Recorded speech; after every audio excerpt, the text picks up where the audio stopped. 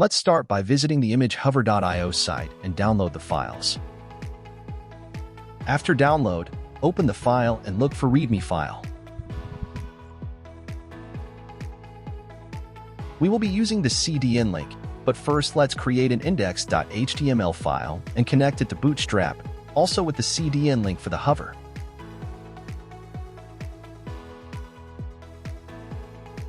Next, let's create a container, a row, and a column for our grid.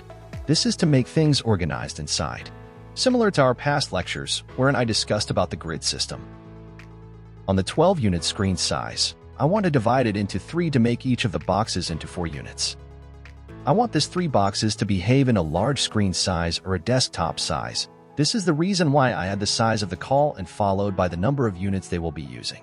At this case, I'll set it into columns-XL- in the value per box, which is 4 units, which makes it all in all to 12 units. Next, let's copy the sample hover image code inside the README file, then paste it inside the newly created boxes. Make sure you have already inserted pictures for us to try using the hover. In my case, I have already downloaded a sample image, then inserted inside the image source. After that, you can replicate the codes and place it inside the other boxes. Then test how it looks.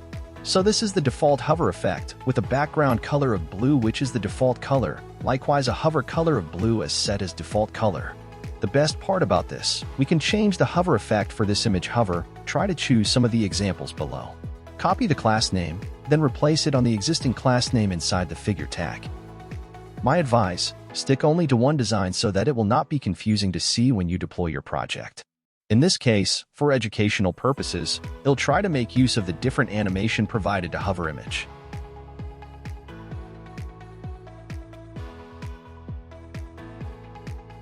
Then we can customize the content inside this figure. Try to explore some headers and paragraph to be inserted in each figure.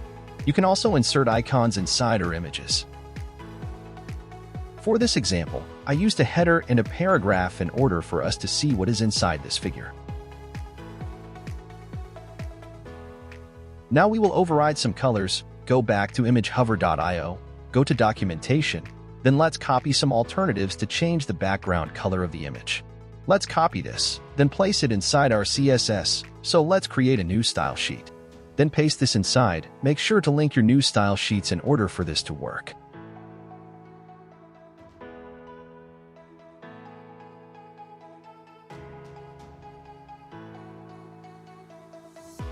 Then select a color you want to implement inside the background color on the image. If you notice, if the image flips, you'll see the newly assigned background color of the image, which is colored yellow. Next, we will change the color of the figure caption. Since we did not use the downloaded CSS for this, instead we used the CDN link, we will try to use an inline CSS style as per advised for this CSS.